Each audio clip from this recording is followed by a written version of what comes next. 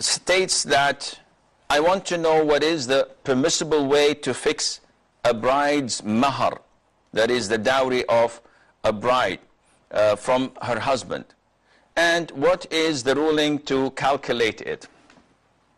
We know that in Islam there are pillars of a marriage, that without it the marriage is void and invalid.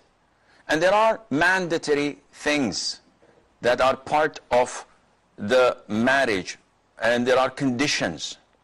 And the mahar, or the money given from the groom to be to his wife before or during or after the contract, which is agreed upon both of them, this is a woman's right.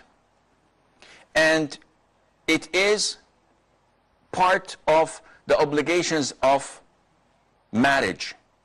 So it can precede marriage, and it can be within the contract, and it can come afterwards, depending on the availability of the money with the groom and on their agreement.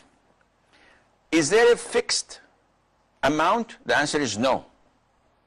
So would it be possible that a man marries a woman without naming a mahar, a dowry? The answer is yes. And what happens afterwards? Afterwards, the man is supposed to give her mahar, but because there was no prior agreement, there might be some dispute. He might give way less than the average. So the scholars say that it depends on the average of the dowry in the community she lives in. It is an issue of supply and demand. So if he comes and proposes and they accept his proposal, he says, I'm going to give you X amount of money. They may say, no, this is too much. Give us less than that. Or they may say, we accept. Or they say, this is too little, we want more. So it is not what the man gives, and it's not unquestionable. On the contrary, it depends on the approval of the girl. If she says she's fine with it, alhamdulillah.